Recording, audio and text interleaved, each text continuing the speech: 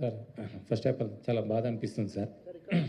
గత 15 రోజుల నుంచి ఈ సంఘటన నా చేతుల లేవు. పాప మాకు శాంతి కలగాలని వాళ్ళ కుటుంబానికి ఒక ప్రాణాన్ని కాపాడలేకని ఒక బాధ నాకు ఒక 15 రోజుల నుంచి ఇదే అవుతుంది సార్. ఎందుకంటే నా చేతుల్నే చాలా ట్రై చేసిన సార్. చాలాసేపు తనలైనా నేను మా మౌనిక ఎస్ఐ అసలు చెప్పలేని ఇది సార్. 15 రోజుల నుంచి నా మదిలో మెలుతా ఉంది. ఆ దేవుని భగవంతుల్లా ఆ బాబు కోలుకోవాలని నేను కోరుకుంటున్నాను సార్.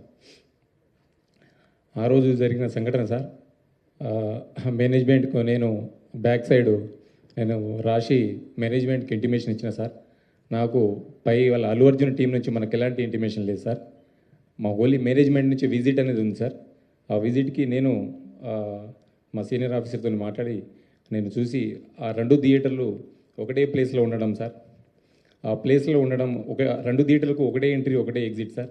35 and 70 mm అది పాసిబుల్ కాదానికి అదే పేపర్ కాపీ టు ఎస్హెచ్ఓకి ఒకటి వచ్చింది సార్.